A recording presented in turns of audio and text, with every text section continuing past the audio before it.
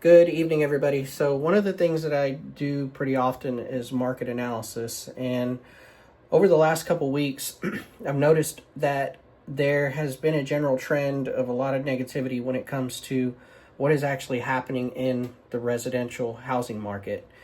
And the reality is that we do have some factors that are affecting the residential housing market in a negative, and then I'll also point to a little bit more positive way over the long term. And so this is our MLS data as far as active inventory dating back all the way to January of 2013.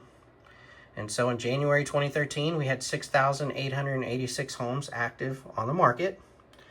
You move over to the right, and then we see our COVID dip, where in February of 2022, in our market, we had the least amount of homes on market, which also met historical interest rate lows.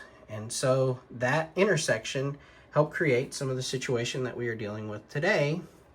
And then we move on to the right-hand side, and so we have peaked.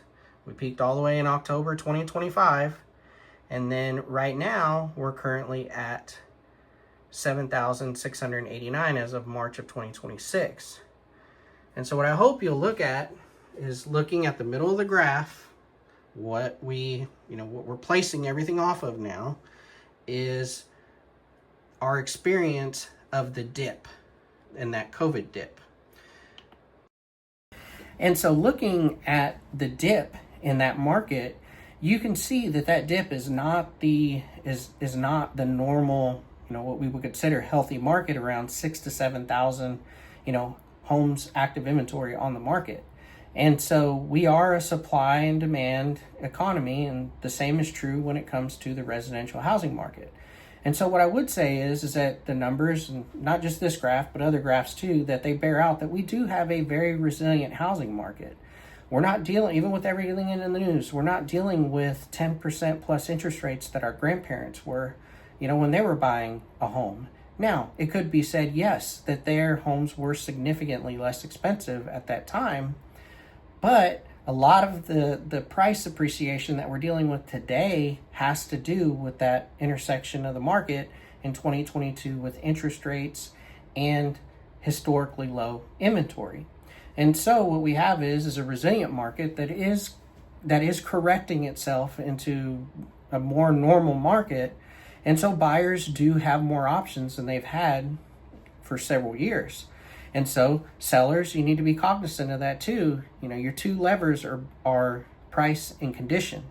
Now, we are seeing more homes that are perfectly fine. They are great homes, but they are having a tendency to linger on the market some because of what's going on in the news and the fact that there is more inventory sitting out there. So all this to say that just be careful where you're getting your information concerning the housing market, because yes, it's very easy to take a political lean or something like that, but the reality is that we are in a more normal market and that our market is substantially resilient. So if you have any questions about your specific neighborhood or town, feel free to reach out. My number is 580-917-2731. Bye-bye.